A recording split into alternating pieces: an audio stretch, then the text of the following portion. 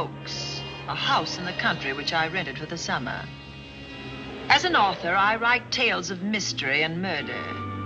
But the things that happened in this house were far more fantastic than any story I've ever had published.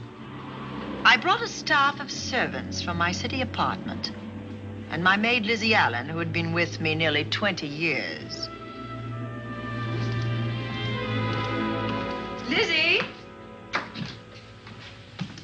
Yes, Miss Cornelia. Is the car ready? It's at the door. Look, Miss Cornelia, them servants you brought from the apartment are talking about walking out on us. Really? Well, I know they don't like it here, but I didn't think it was that bad. Well, they've been hearing things about the killer that the police call the Bat and the murders that he committed here this past winter. Now people are saying that he's back again. Well, how can they be sure of that? Has he committed another crime? No, not yet, but that ain't saying that he won't. Here's something else. You've heard about the bats they have here. Animal bats, the kind that fly. Yes, yes. Look what it says in this magazine. This is a report from the State Health Department, and it says some of them bats is rabid. Well. And that ain't all. Now there's a...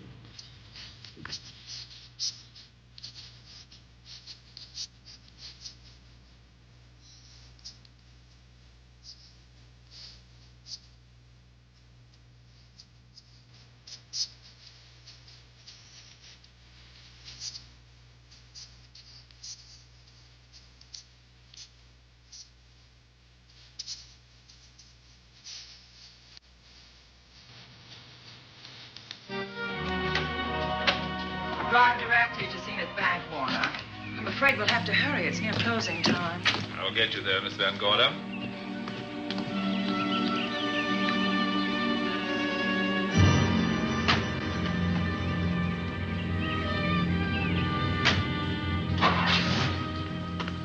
Thanks again. Miss Van Gorder. How do you do, Mr. Barry? How are you? I'm very well, thank you. You remember Lizzie Allen? Of course. Hello, Miss Allen. How do you do? So you're spending the summer with us again? Yes, yes. I've leased the Oaks, the home of your bank president, John Fleming. I heard you had. I was surprised. Why? Is there something the matter with it? No. I was surprised because Mr. Fleming said he would never rent it. Oh? Well, I rented it from his nephew, Mark Fleming, who has the real estate office here. He said his uncle would be gone the entire summer. Well, that's right. Mr. Fleming's in the North Woods now with his physician, Dr. Wells. Oh, pardon me.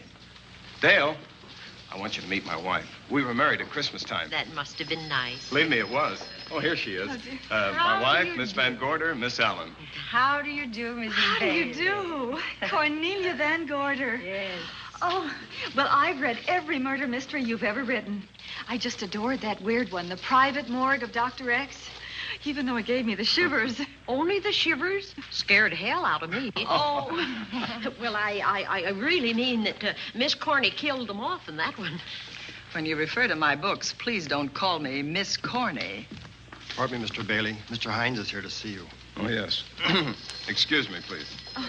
Don't be strangers now. No, Oh, no, I we should won't. say not. Oh, so you're a bride. Well, not quite. Not since Christmas. No, I'm sure I've seen you. Well, I used to be my husband's secretary here in the bank. Of course I remember. May I welcome our most distinguished visitor back to Zenith? Oh, that's very charming, but, Lieutenant Anderson. Lieutenant Anderson, of course. Chief of Detectives of the Zenith Police Department. This is Miss Allen. Miss Allen? How do you do? Lieutenant Anderson is one of our favorite citizens. He's on the bank's board of directors. Not bad for a policeman. You must have made a good thing of it. Well, I saved my money, if that's what you mean. It's near closing time, and I've got some business in the safe deposit vault.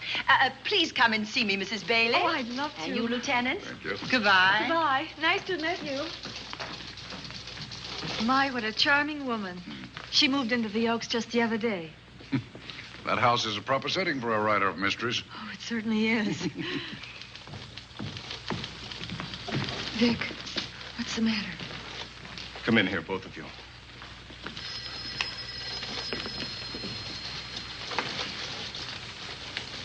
Andy, we're in trouble.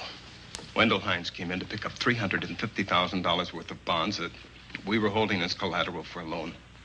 They were kept in our special vault. Mr. Fleming and I are the only officers of the bank who have access to that vault. So? The Hines bonds are gone. That's not all. Other negotiable securities are missing. From what I can gather, short of a careful check, the bank has been looted of over $1 million worth of securities. You'll have to notify Fleming. I wish I could talk to him. Unfortunately, he and Dr. Wells are deep in the woods. They can't be reached by phone.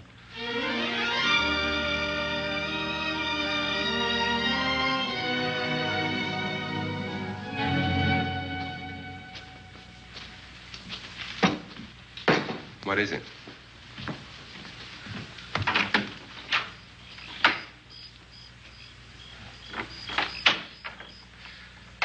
I thought I heard someone on the path coming from the lake. Had an idea it might be that guide of ours. Oh, Sam won't show up until morning. It's a 20-mile canoe trip from here to civilization. 5 will get you 10. Sam has a message for me. I thought you told him at the bank not to bother you. I did, but they'll bother me. Doctor. Yes, John. What would you do for $500,000? Anything short of murder. Why not murder? Too messy. Too great a risk? For $500,000? Yes. I pinched $1 million from the bank. Well, I'm not kidding. I embezzled it. Not that I think you wouldn't do it if you thought you could get away with it. I got away with it. I'm not talking about currency. I took negotiable securities that could be converted into cash. I have the cash. In 10s, 20s, and 100s. Well, I'm your doctor, not your lawyer. Why tell me this? You'll find out why. Who's going to take the blame for the robbery? Bailey, the cashier. They'll never suspect me. I like Bailey. Well, so do I. I love the guy. I gave him his first chance. He has a lovely little wife. Charming girl. Was the best man. Where's the $1 million? In my family's tomb in Zenith. In the crypt with my father's casket. I don't buy that, John. No? No. You forget that I had you in charge when you were a very sick man. When you raved in delirium. And I heard you talk about a hidden room. Now, where else could you put a hidden room except in that mansion you built? That white elephant you call the Oaks. Look, everyone knows I have a bad heart. Now, who would doubt it if you wired the bank directors that my heart had failed? That I had fallen from a great height here in the woods. And that I was badly smashed up. You could ship the body back for burial and instruct them not to open the casket due to the condition of its contents. Well, you realize, of course, that we'd have to have a body to put in that casket, which means that we'd have to deal with an undertaker at this end. Of course. Well, where do we get a body? Couldn't we provide one of our own? How about Sam? Sam, our guide? Sam weighs about as much as I do. He's practically a hermit. He wouldn't be missed for a long time. The local undertaker would know him. Not if we made him look as if he'd been a serious accident. But if Bailey's going to take the blame, why'd he have to do this? A jury might acquit him. In that case, I'd be a logical suspect. I could disappear, of course, but it's safer if they think I'm dead.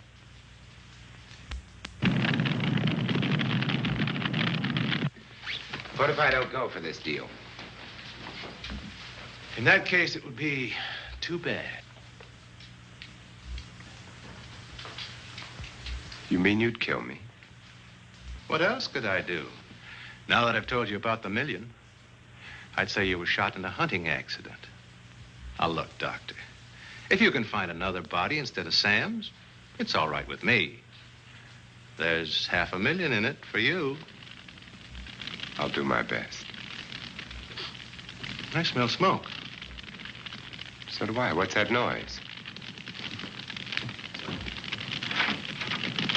Look, Doctor, the woods are on fire.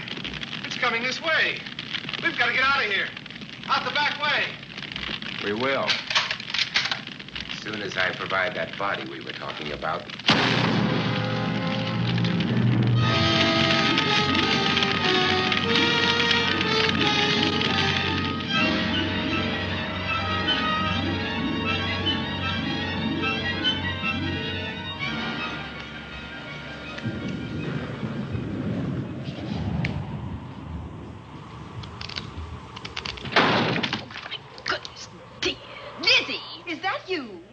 Miss Cornelia. There's a storm coming up, and it's gonna be a snorter. The wind nearly blew the door off its hinges. Well, that noise blew my game higher than a kite. I think I've lost some of the cars. Oh, I'll get them for you. Oh, I see you found the paper. Drat that paper boy. Scooting by on his bicycle, just chucked it into a clump of bushes and let it go at that. For land's sake, Mr. Vic Bailey's been arrested. Oh? I think. Victor Bailey, vice president and cashier of the Zenith Bank, was arraigned before United States Commissioner Alvin Fielding, charged with the embezzlement of over $1 million. I can't believe Vic Bailey had anything to do with that robbery. Oh, well, I see our landlord is home again. Landlord? Mr. Fleming. Dr. Malcolm Wells is back in town with the body of John Fleming, president of the Zenith Bank, who was killed in a forest fire. Mr. Fleming will be laid to rest in his family's tomb on Friday. And I hope he stays there. Well, why shouldn't he? Well, this is his house.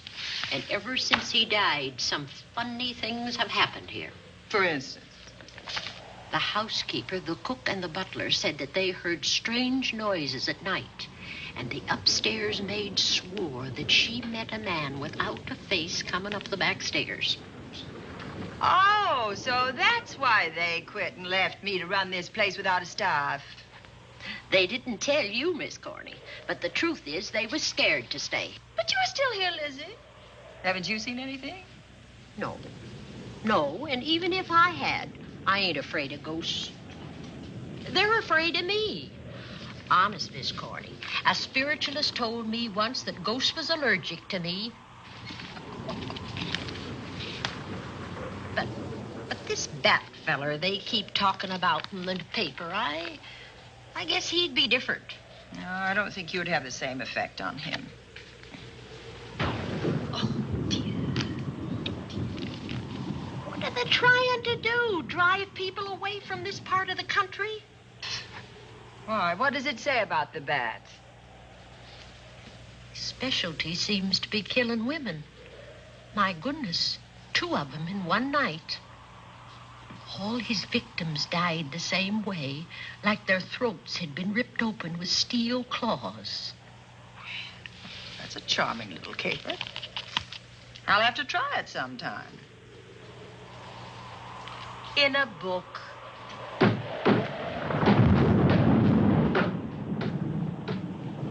That ain't nothing, just something bumping against the house.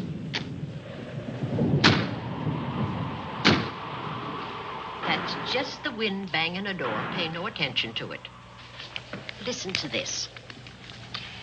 One of his victims, who lived for a moment after she was found, described the bat as a man without a face. Honest, Miss Corney, I think that woman must have been exaggerating.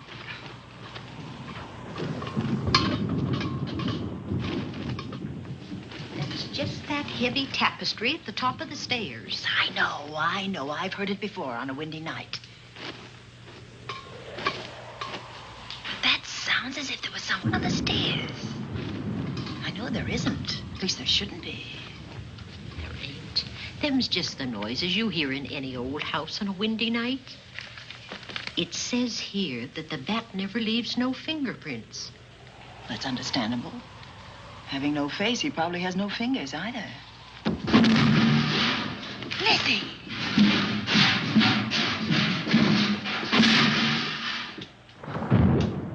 And that, I suppose, is the cat dropping its dentures.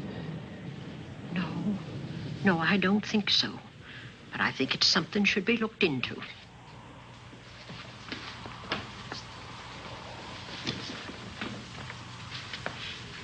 Who chucked him down here? The wind, I hope. There must be a window open up there. No, Lizzie. Let him lay. Let him sleep it off. I hope the power lines don't go down, put the lights out. Now, we'll check the windows in the living room and draw the curtains, and then we'll go to bed. Yes, ma'am.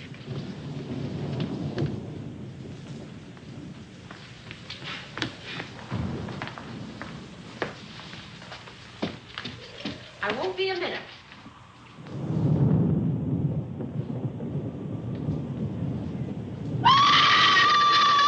Gordy! Oh!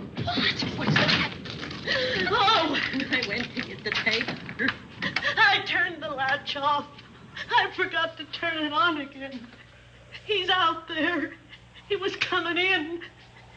He might have got you. Oh, but he didn't, and he's still out there, thanks to you. Now, you hurry now, and we'll call the police. No, I won't leave you, Miss Corny. Are you okay? Yes, ma'am, I'm okay. Okay.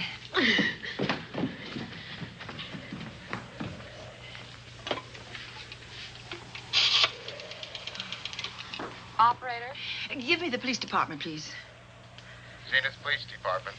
This is Cornelia Van Gorder. I'm living at the Oaks. We know about that, Miss Van Gorder. Just a moment ago, a man tried to force his way into this house. You're not alone there, are you? What about your servants? Well, I have none except my chauffeur, and he's away. He won't be back until the morning. Now, there's only 2 of us here tonight, and we're going to lock ourselves in my room. Now, if any of your men see anything, will you have them call me? I'll send officers over there right away. Oh, thank you very much. Come on, Lizzie. We're going to sleep in my room.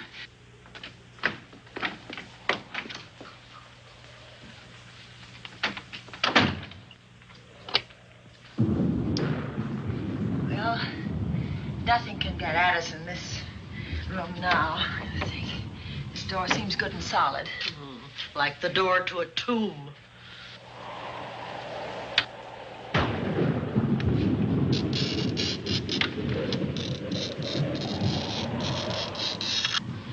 I think that couch will be comfortable. There's some extra bedding, you know. Yes, closet. Let's see now.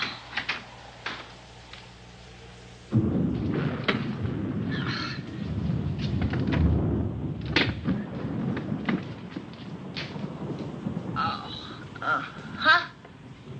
No bolt. Well, that's not so good.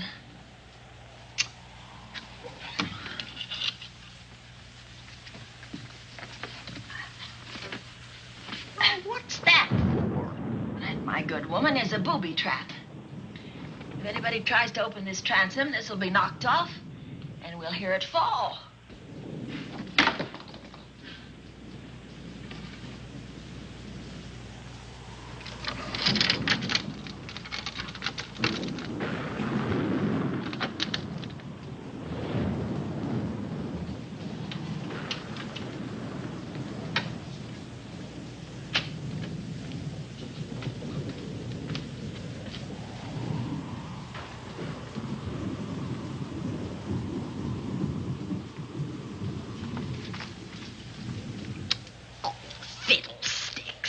I forgot my night things, my robe, my gown, and my slippers. I'll go get them now. Now, wait a minute, Lizzie. I'll go with you. Now, don't you bother, Miss Cornelia. My room's just down the hall. Lizzie, I told you to wait. It's all right. I'll only be a second. Get in here. Get in here.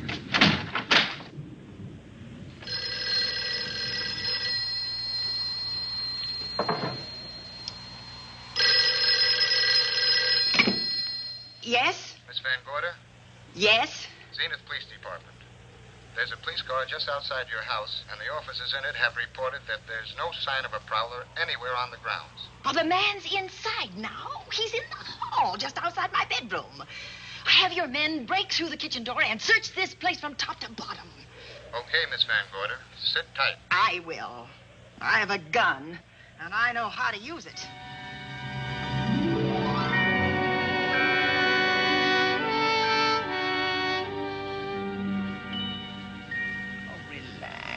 relax, Lizzie. The police did a good job. They couldn't find anybody in here. But we both saw him, Miss Cornelia. All right, so he got away. But there are men on guard outside, so just try and get some rest. There's nothing can get at us here.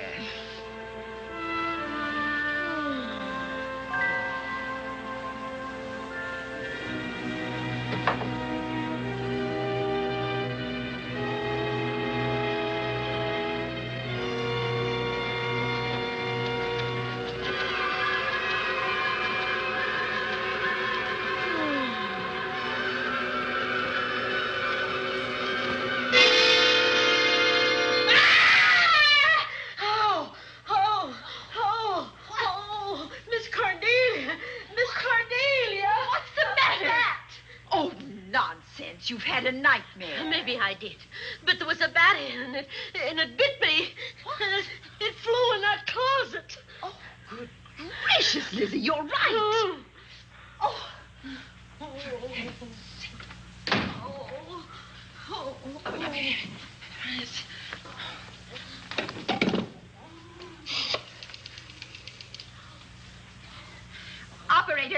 Operator, will you get me Dr. Malcolm Wells' office, please? No, I don't know his number, and I have no phone book up here, but this is an emergency. Will you connect me with his office, please? Oh, dear, I'm going to get the rabies. Hello? Hello? Dr. Wells' office? This is a call service. Dr. Wells is out at the moment, but if you'll give me your name and number, I'll try to locate him. Well, this is Miss Van Gorder of the Oaks. My maid has just been bitten by a bat that may be rabid, and she must have treatment as soon as possible. And I was told that Dr. Wells was the nearest physician. I'll try to find him for you, and if I can't, I'll send you another doctor. Oh, well, thank you very much. Oh, he's out on a case. Oh, I hope it's not a delivery. A baby, I mean. They can be terribly complicated. It never bothered me none. Oh, Lizzie, you never had a baby. Of course I didn't. That's why they never bothered me. Oh, does it hurt, huh? A little.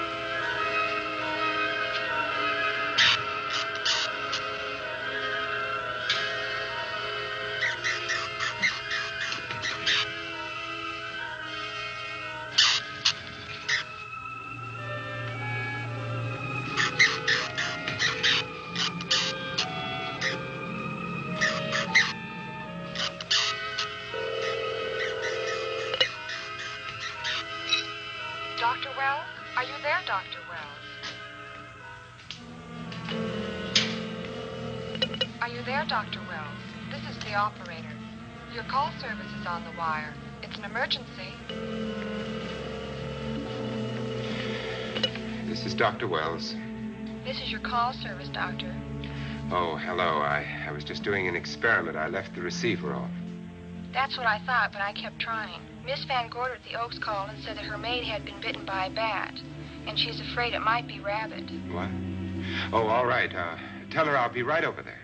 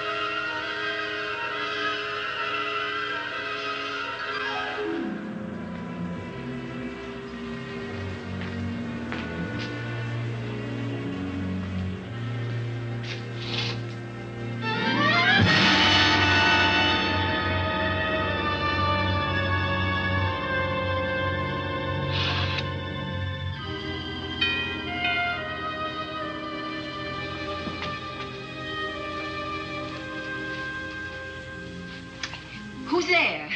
Dr. Wells. Come in. Good evening. Oh, I'm so glad they found you, Doctor. Well, I reached my office shortly after you called. How is your maid? Is she in any pain? No, she doesn't seem to be. Did the bat get away? No, I believe it's still in my bedroom. Oh, good. I'll want to examine it. There you go, Miss Allen. Now you'll feel better? Doctor, have I got the rabies? Well, I can tell you better after I've examined the bat's brain under a microscope. That thing's got a brain? Oh, you'd be surprised. Where is it? I think the little darling is in that closet. Oh. You know, it's a pity you leased this house, Miss Van Gorder. Why a pity? Well, my dear lady, I don't want to alarm you, but... Oh, well, after tonight, nothing can alarm me. Yes, I understand. It must have been terrifying. So many unexplainable things have happened here. There's something about the place. Your servants must have sensed it when they walked out on you. An apprehension of disaster. Well, let's see. Aha! Yes. There he is. All right, now. Take it easy. Nobody's going to hurt you. Quiet now. Quiet.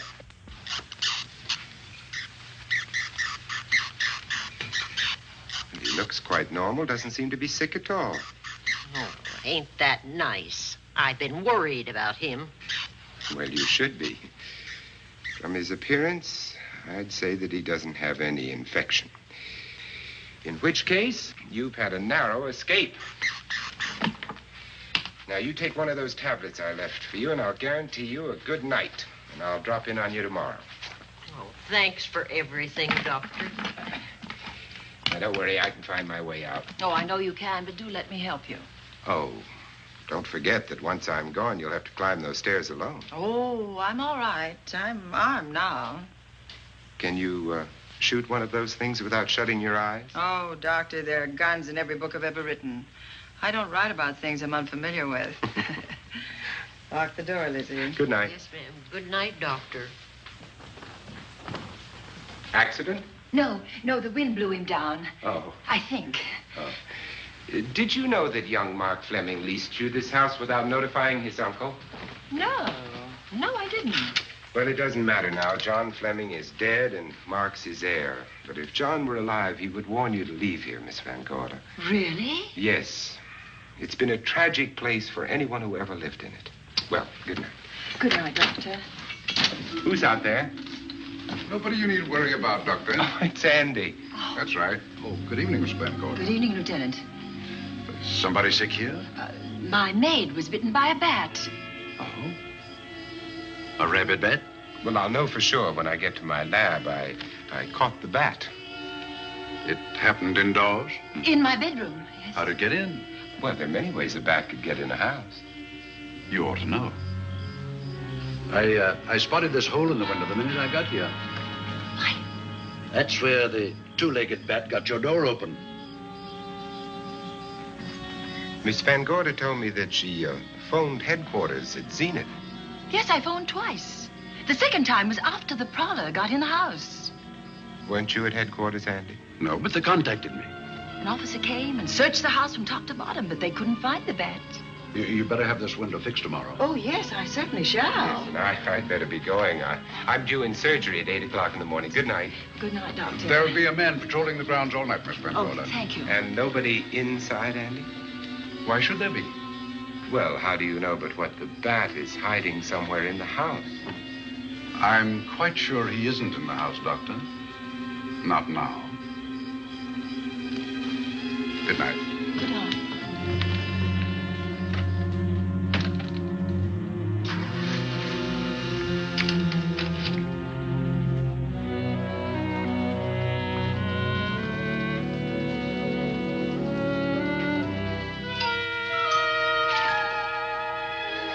Hi, Andy. Hello, Mark. Well, congratulations. Real estate business must be picking up. New office, new furniture. New deal. How do you like it?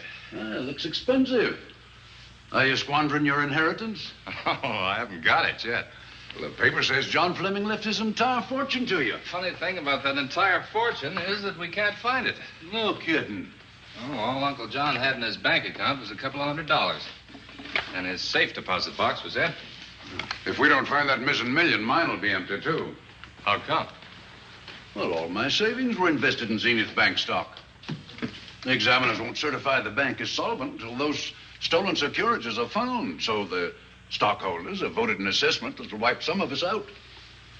It's a since those securities have been converted into cash. And if I can't find that cash, I'm sunk. Well, where are you going to look for it, Andy? Here in Zenith. Your uncle wouldn't take $1 million on a hunting trip, would he? You suspect Uncle John? Why, Andy, he founded the Zenith Bank. That'd be like robbing the family tomb. You think he wouldn't? Well, besides, Vic Bailey's fingerprints are all over the vault. Now, they didn't find any of Uncle John's fingerprints. Because he wiped them off. Can the defense prove that? They'll try to. Judy Hollander, Bailey's secretary, is a defense witness. And they believe her testimony will have a powerful effect on the jury. Oh, well, she has a powerful effect on me. Judy's a doll. Here's the book you mentioned, Judy. It's your newest one. Yes, it's just been published. You can have that copy if you wish. Oh, it's a first edition and you've signed it. Yes, of course. Thank you so much. May I serve tea now, Miss Van Gorder? Yes, please do, Warner. Thank you. Well, I see you've engaged new servants. Yes, of course. Well, how did you persuade them to live in this house? Well, Jane Patterson, my new housekeeper, knows this house better than you do, Doctor. Oh? She worked for John Fleming. And Warner was my chauffeur. Chauffeur turned butler? Yes, it's incredible. He can play any part at a moment's notice. Did you get a plumber, Warner? No, we can't get a plumber for 3 days, madam. What about that leaking pipe? The basement will be flooded in 3 days. Well, the pipe is no longer leaking. You mean it's dried up of its own accord? No, not quite. I packed the elbow where the water was coming out. Packed the elbow? Oh. Thank you, madam. Now, there's a character. How long did you say that he worked for you as chauffeur? About 3 months. Well, I hope he doesn't have a police record. My dear Dale, it may interest you to know that the last night of his life, John Fleming told me that he loved your husband like a son. If Fleming were alive today, he would be fighting to prove Vic's innocence. Could Mr. Fleming prove his own innocence? Miss Van Gorder, can there be any doubt about it? There will be when Miss Hollander testifies at Vic's trial. Oh? You know something that we haven't heard yet, Judy? Something I saw with my own eyes. She's not permitted to say what it was. My dear girl, I wouldn't think of asking her. But let's assume for a moment that Fleming did steal the $1 million. Now, what would he do about it? Where is it? Hidden someplace where he could lay his hands on it without getting caught in the act. Now, if I was writing this, instead of living in the middle of it, I'd hide it right here in this spooky old house. Under a loose floorboard or up a chimney? If Mr. Fleming had the nerve to steal $1 million, he'd make his plans well in advance. I'd say he'd prepare a place to hide it. Possibly when this house was being built. Now, I rented this place from Mark Fleming, his nephew. I wonder if he'd have the floor plans. I'll ask him. Yes. Lizzie, will you bring Mrs. Bailey the phone? Oh, you ask him now. Okay. His number is Summit 7537. Oh, thank you, Lizzie. Summit 7537. Not bad, eh, Andy? That means new business. Now, you see, somebody wants to buy a house. Mark Fleming speaking. Oh, hello, Dale. Well, hang on a minute, honey, while I see if I have him. It's Dale Bailey, all excited. Miss Van Gorder wants to know if I have the floor plans of the Oaks. Now, what would she want with the floor plans? Well, she suggested to me that your uncle might have hidden the bank loot there. Are the plans here? They're somewhere in the house itself. Wait a minute, there is a place where Uncle Johnny might have kept those blueprints. What place? Well, I heard him talk about it a good many years ago. I can't be sure of the exact location. Anyway, I don't think the old boy had the guts to steal $1 million. But if I find those plans, I'll let you know, Andy. Hello, Dale. Look, honey, I haven't seen those plans since I was a kid, but I'll come over tonight and maybe we can find them. Thank you, Mark. We'll expect you. He seems to think they're here in the house somewhere. He's coming over tonight. Well, that's good. Dale and Judy are my house guests for the weekend. Would you like to have dinner with us tonight? Oh, no, thank you. I couldn't. I still have a few calls to make. You know, if Judy's testimony is going to clear Vic Bailey and implicate John Fleming, others may get the idea that there's buried treasure in this house. Don't even mention your testimony until you're actually on the stand. Oh, I won't. That's a smart girl, Judy, and a very lovely girl. Well, good afternoon, ladies. Goodbye, Doctor. Dr. Will. Come on, girls, let's go.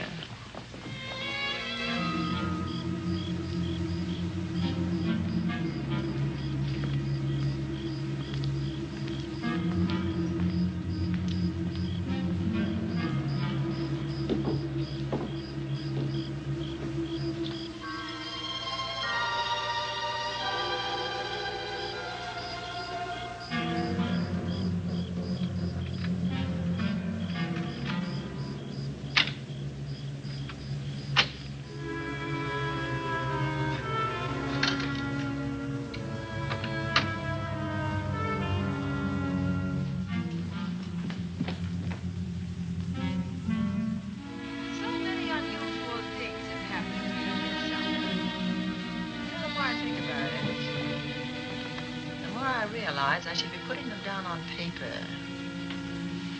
Weren't you your husband's secretary, Dale? Yes, I was. Do you take shorthand?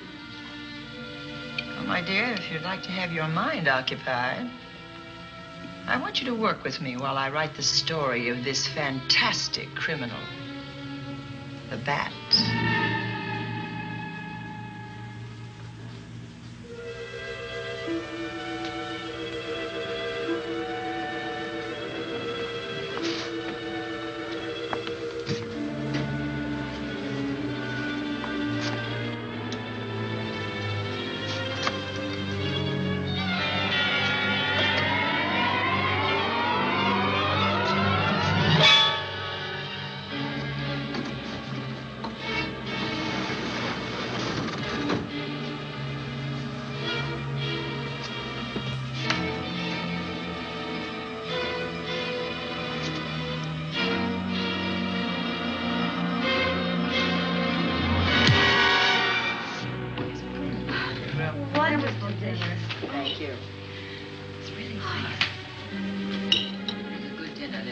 As usual. Wonderful. Oh, what a lovely piece of silver. It's an original, isn't it? Yes, they still use them in England for buffet breakfasts. Some hot water in the bottom. You should keep us hot, your sausages and your scrambled eggs. Interesting. It's very useful. Really nice.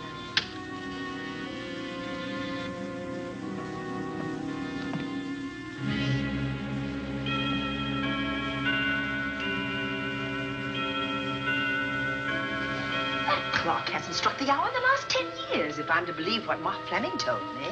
Why is it angled away from the wall like that? I don't know. Somebody must have moved it. Lizzie, very likely when she was dusting. Wait a minute. Did you know there's a door in this paneling? No, I didn't. Oh, my gracious, so there is. Maybe it opens to a secret passage. Oh, certainly to a secret something. Right? Who knows, girls? We'll be about to stumble on that missing million. Oh, this is... Oh, panel. There's a panel. There must be some gimmick to it. There always is. Yes, it moves. It moves. It moves. Oh.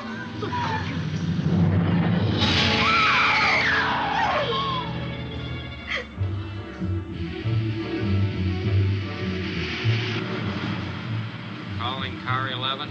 Calling car 11. Proceed to the Oaks in Zenith Township immediately. A homicide has been reported. Okay. Proceeding to the Oaks. Notify the county coroner, Dr. Wells. Tell him to come to the Oaks at once.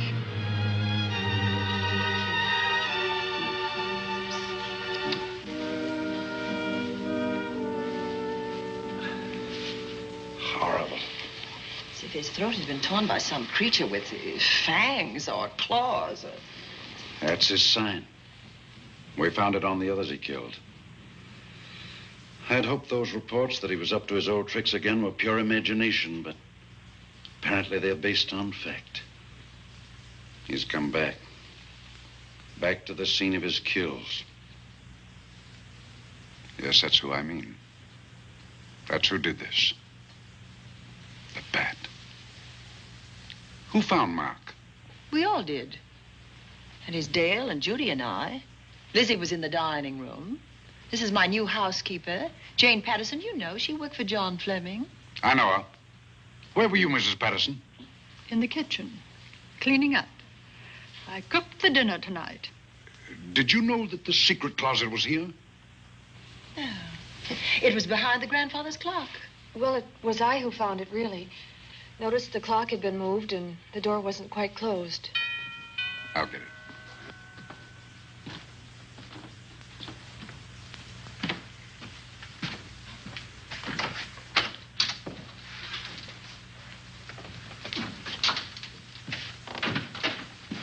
Who is it?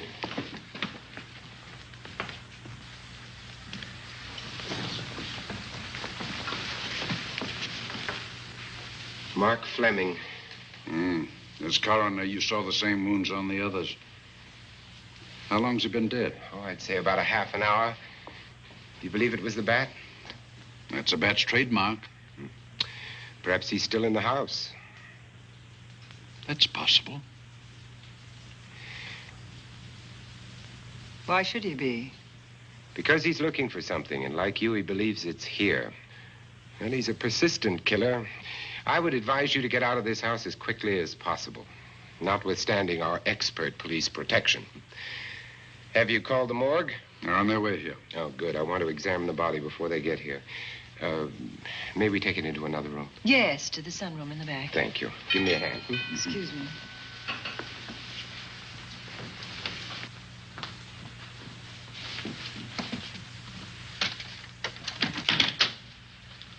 Oh, Warner, where have you been?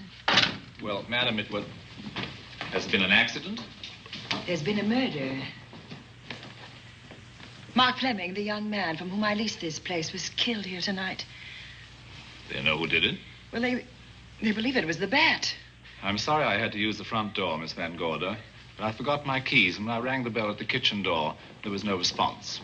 Oh, this is Warner, Lieutenant. He's my butler. He was my chauffeur. Why'd you promote him? Well, it's very difficult to find a butler. They don't like service in the country.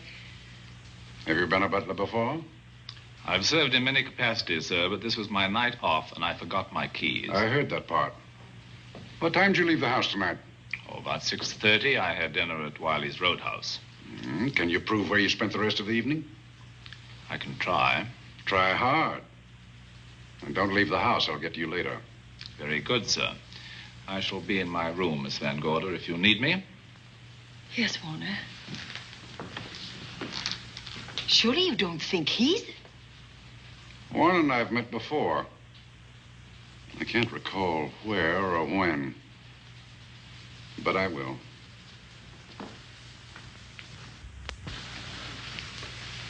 There'll be a crew here shortly from headquarters, dusting for fingerprints, taking photographs. But in the meantime, Mrs. Patterson, you aren't leaving the house tonight, are you? No, Lieutenant. Don't. I'll talk to you in the morning. Good night. Good night, sir. Good night, Miss Van Gorder. Dale, I was with Mark Fleming this afternoon when you talked to him about the floor plans of this house. I heard him tell you he was coming here tonight. Dale called him at my request. She told me he was coming. Who else heard her tell you that? Judy, Lizzie. And that nice Dr. Wells. Dr. Wells. There are a few killers who kill for the fun of it. The bat very likely is a mental case, and I'm convinced that his crimes are motivated by his mania for personal gain. There's $1 million at large, and he's going to keep on hunting for it until he lays his hands on it. Now, these young ladies are staying here tonight? Yes, they're my house guests. Well, when my crew arrives, we'll be busy for a while, so I'd suggest that we go to our rooms? That's a very good idea. Come on, girls.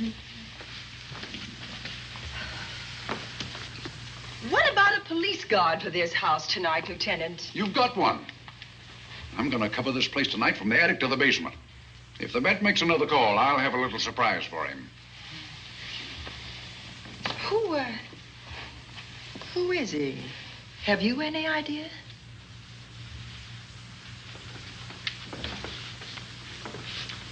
He could be anybody.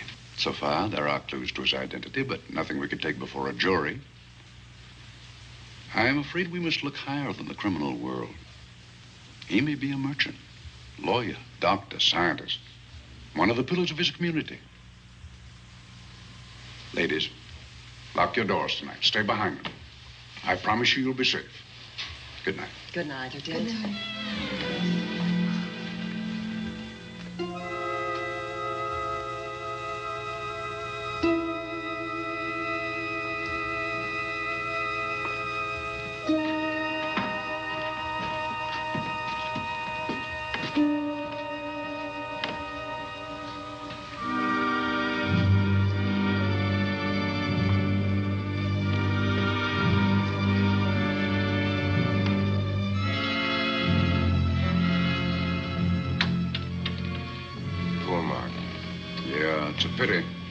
So young. Well, Doctor, do you agree it was the bat? In my report, I shall say the death was caused by the same technique used in the other killings. A paralyzing blow to the throat, followed by severe lacerations of the jugular, resulting in excessive hemorrhage. In a layman's language, he didn't know what hit him. Oh, he knew. But he didn't have time to think about it.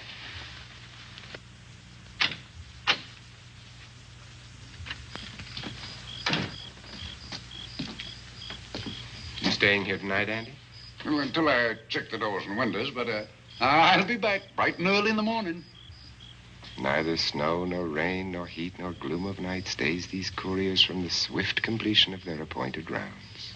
A lot of people are due for a shock when I close this case. Yes, I'm sure they are. Good night, Andy. Don't get hurt. Good night, Doctor.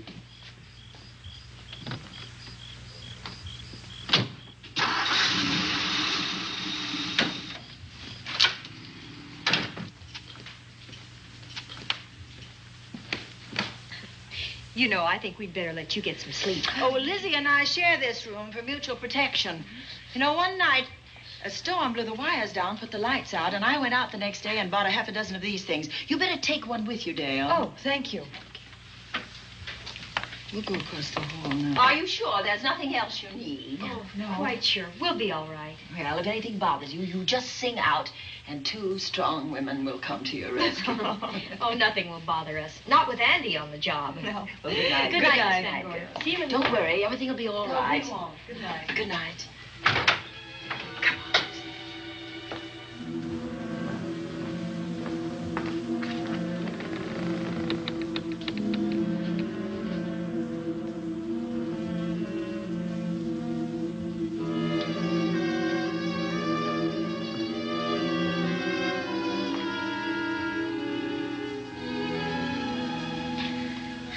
I don't think I'll sleep tonight. Me neither. All I can see is poor Mark Fleming staring at us. I thought that when people died, their eyes closed, as in sleep. Don't think about it. I'll bet you're thinking about it. No, I was thinking of my poor husband sleeping in jail tonight. Oh, Judy, I love him so much.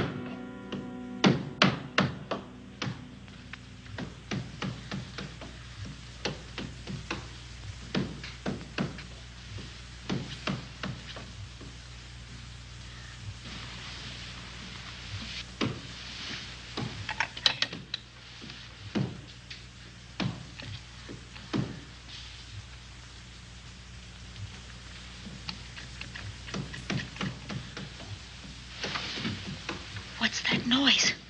Oh, I don't know. I kind of fell half asleep. For a moment, I thought it was something from a dream. It's somewhere in the house. Yes, on the floor above. Not directly over us. Probably a room overlooking the driveway.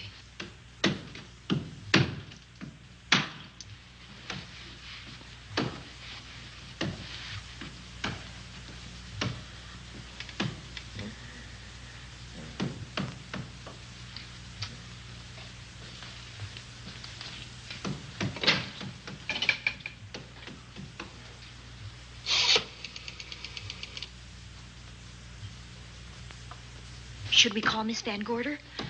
She'll hear it. How can she help but hear it? Oh, besides, we don't want her to think we're a couple of hysterical women. Well, I'm about to become one. Oh, I dear. had it for one night. Dale, you're not going out in that hall. I want to know what's happening up there. But Lieutenant Anderson said if we stayed behind our locked doors, we'd be safe. Vic isn't safe locked up in that jail. Oh, but... Suppose that stolen money is in this house. Mark Fleming seemed to think it was. Maybe that's what somebody's looking for. For heaven's sake, don't you hear that awful noise up there? Now, Lizzie, you've just got to stay awake. The house phone and the outside phone wires have been cut, and we can't get help. Where's that policeman? Oh, I don't know. Something must have happened to him. Now, go on, get on your robe. Oh, Dale, please don't go up there. I've got to. Think what it could mean to Vic. Now, you stay here. Oh, no. If you go, I go.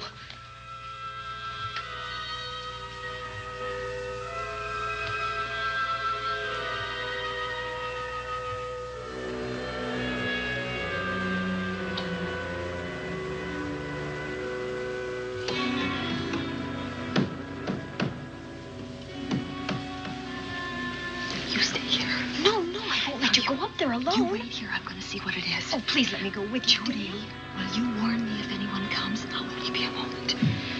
Now, wait.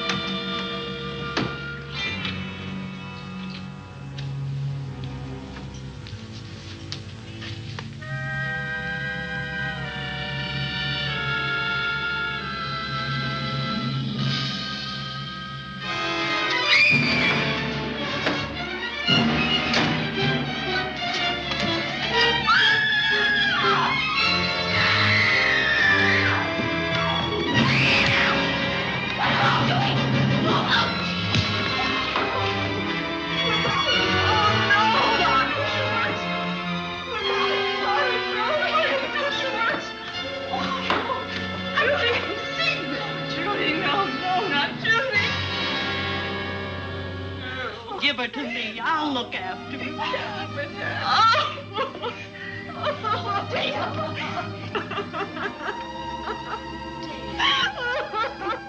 Poor baby.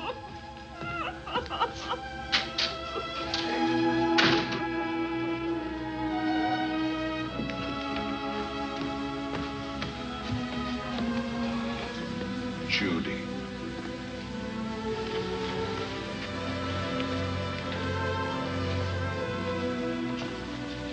The bat.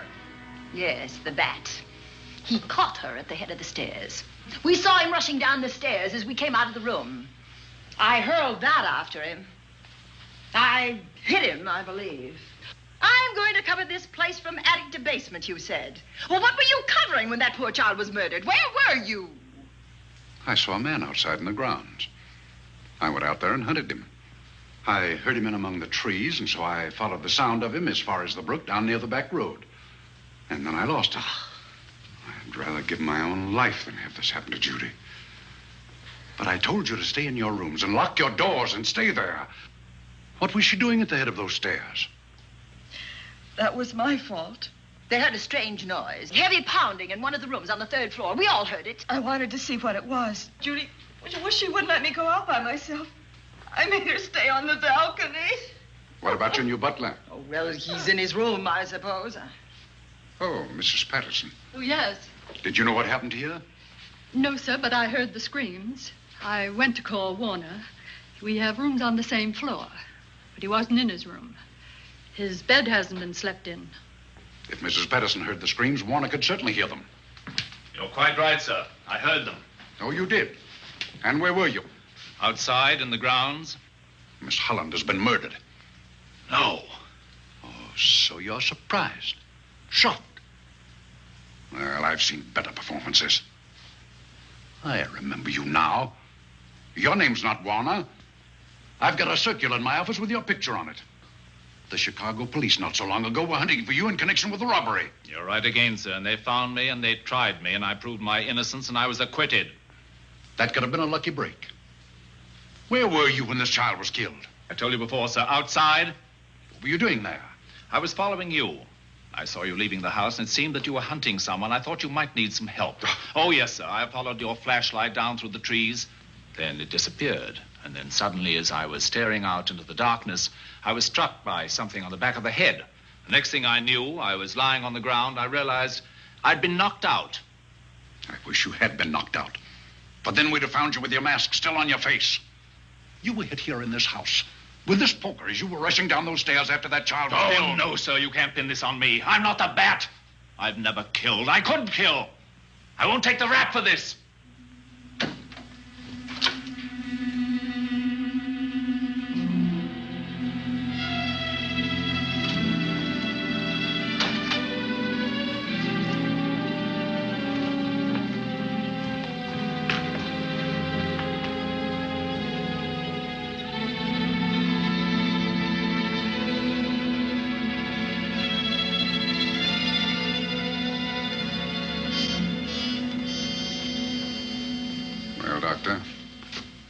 Another case for the county coroner. You see, the bat came back. Why did you come back, Doctor? Well, I had an accident about a mile down the road. The right rear wheel of my car came off and I plunged into the ditch. This was the nearest house, so I came here to call for help. I thought I'd find you around, Andy. Physician, heal thyself. You must have been hit by something on the back of your head. I told you I had an accident. So you did, Doctor. So you did. I could be wrong. But maybe I'm not. We shall see.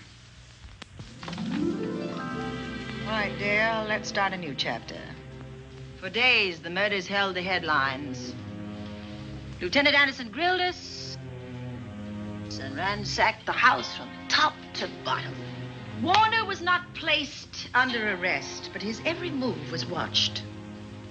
At night, except for a detective on guard in the house, the police and the reporters left us alone. And on one of those nights, without telling Lizzie or anyone else, I pursued a secret investigation of my own.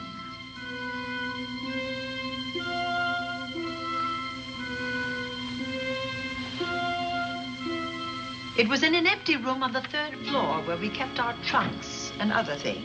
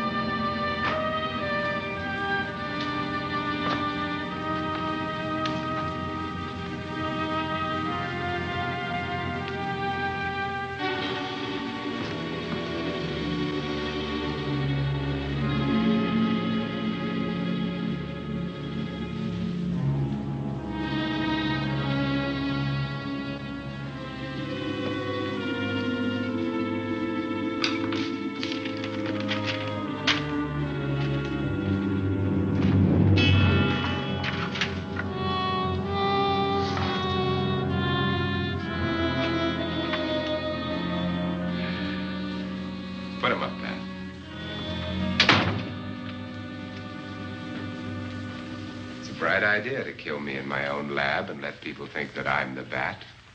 But you had to kill me first. What was it to be, ambush? And clever as you are, you're not smart enough to do that. Nor were you smart enough to find the money, though you came quite close to it. But I know where it is. And when you're dead with that sign pinned on your chest, I'm going to collect it and live happily ever after. He destroyed himself. How true that will be. Well, goodbye, Bat. Here's a serum that will heal you whether you're rabid or not.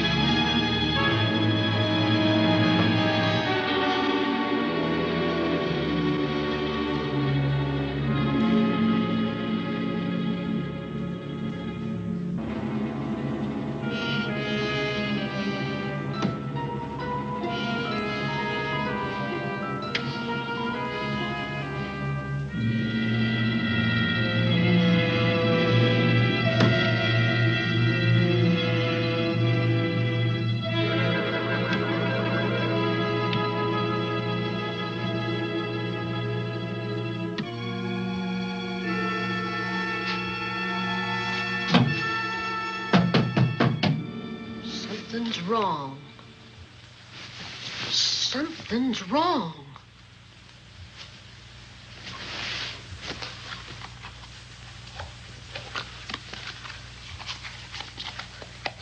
Miss Cornelia!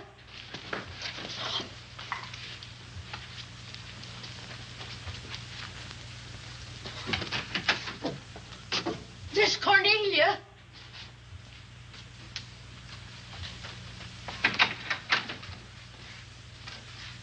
Now, where would she be going at this time of night?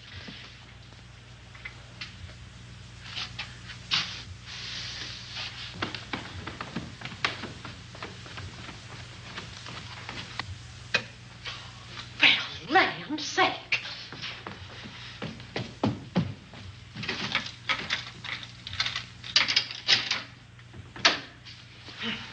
I never. Oh. Mr. Davenport. Mr. Davenport.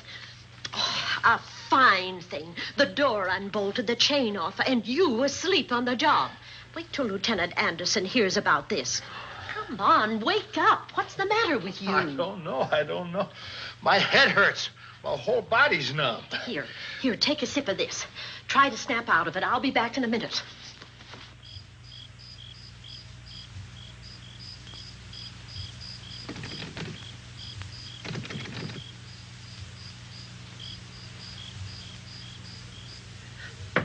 Hurry, will you? It's Lizzie.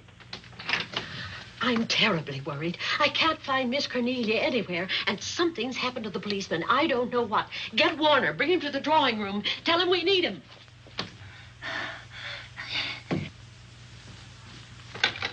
Are you all right now? Yeah, I'll be all right in a minute. I remember now. I took a drink of wine from that decanter there. Miss Van Gorder told me to help myself. She wouldn't put nothing in it? Well, somebody did. Somebody who knew I was on duty here. Then it was somebody that got Miss Van Gorder. I can't find her anywhere. Upstairs, downstairs, or in the basement. I told the housekeeper to get Warner. Lieutenant Anderson will want to know about this. Hello. Yeah, this is Davenport at the Oaks. We've got trouble here. Well, for one thing, I was drugged. Yeah. but I must have been knocked out because the maid tells me Miss Van Gorder is missing. Well, you better call Anderson and let him know. He's not at home. Well, where is he? Out on a case? What case? Dr. Wells. What else did they tell you about it? Oh, hurry, will you? We've got to find Miss Cornelia. Okay. Lieutenant Anderson is out on a case. Dr. Wells was found dead in a room next to his garage, murdered. Dr. Wells? There's something queer about the killing of Wells, but headquarters won't talk about it. Lizzie, Warner isn't in his room. There's no sign of him anywhere. And I was supposed to keep an eye on that guy. Where's Miss Cornelia? That's what I want to know. Wait a minute. Didn't you say that the chain and the bolt were off of the front door? I certainly did. Well, maybe Miss Van Gorder went outside. Oh, she never would. We better look. I can't breathe. There's no air.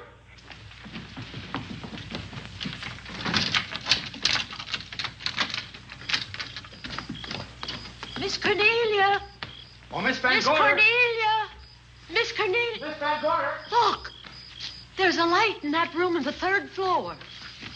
Were you up there tonight? Well, of course I was, but I turned the lights out before I came downstairs. Then Miss Cornelia might have turned them on again. That's where we're going to look first. Come on.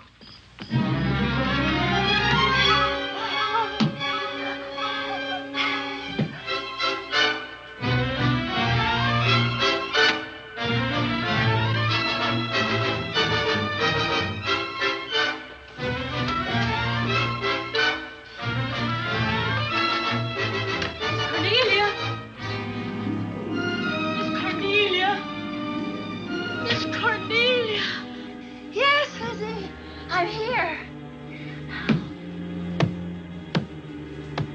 Right here. Come to the mantelpiece.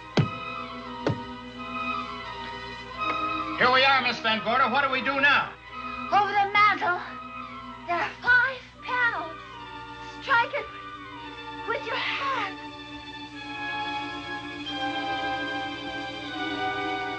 Which panel did you say, Miss Van Gorder? Oh, my hand. This hand. Miss Van Gorder, which panel? We couldn't hear you. She said strike it. What difference does it make which panel? Strike them all. Look.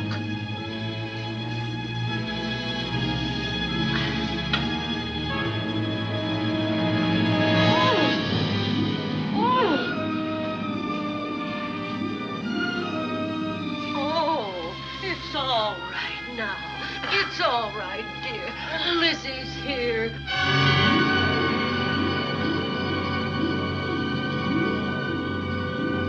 Feeling better? Yes, much better. We'll take you to your room. Oh, no, you won't. I'm going to stay right here. I'm quite all right. Oh, how blessed it is to breathe without an effort. You know, no one knows how sweet the air can taste until someone shuts it off for a moment. That room is just like a box. When the mantelpiece closed, it seemed like all the air was drawn out of it. Look, there it goes again. Let it close. I can open it from in here. There's a control panel behind this blueprint. Electric motor under the trap door here. Once the door is open, you can keep it that way. I believe that the fireplace in this other room opens the same way. And it does. I tried to find this, but I couldn't find it. Yeah, it's back of this blueprint here. Well, it's quite a setup. Too bad we can't open that safe in the same way. Take an expert to crack this box or a shot of nitro. Oh, maybe that's what the bat had in mind. Could be. Seems he's on the prowl tonight. Miss Van Gorder, Warner has disappeared. And Dr. Wells has been murdered. Dr. Wells? Lieutenant Anderson's on that case right now. Well, does he know what happened here tonight? They got word to him. He'll be here any minute.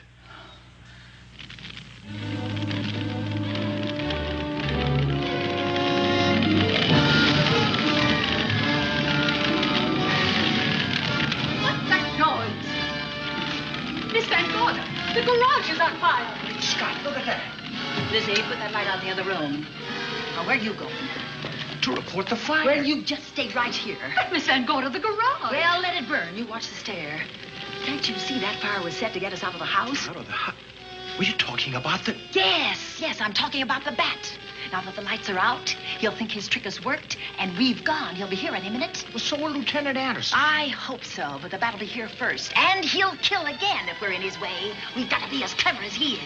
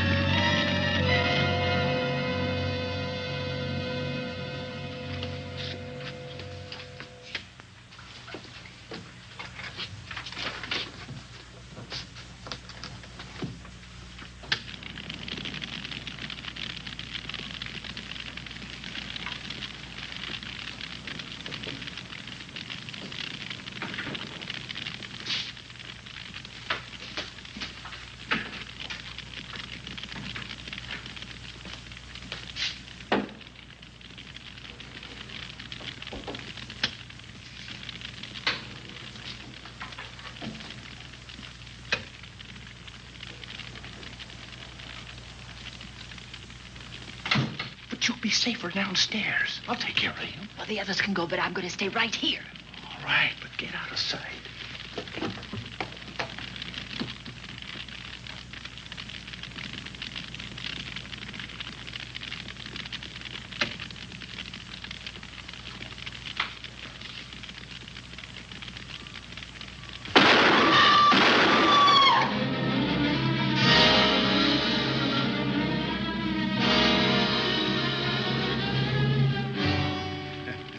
Let's face it, ladies, and get it over with. Others have seen my face before they died, but I'll have to deny you that pleasure. This would make a good scene for your book, Miss Van Gorder, but I'm afraid you'll never write it.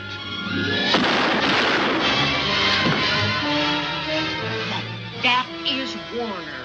I could tell. You misjudged me, Miss Ellen. Warner! I don't like being a murder suspect, Miss Van Gorder. I was headed for a plane, but halfway to the airport, I changed my mind and came back. I'm glad that I did.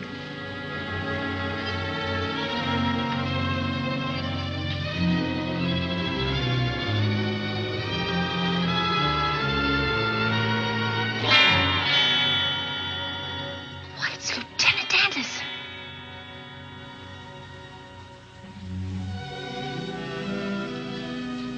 Yes, it was Anderson. He'd discovered the secret of the hidden room and was waiting to get into it and open up the safe. We found the money in it, a little over $1 million in tens and twenties and hundreds. Good old Andy. With all his ill-gotten gains invested in bank stock.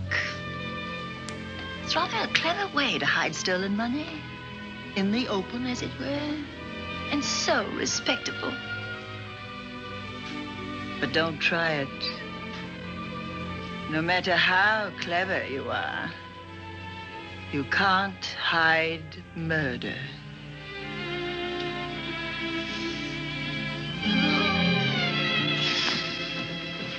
Well, that's it, Dale. That's the end.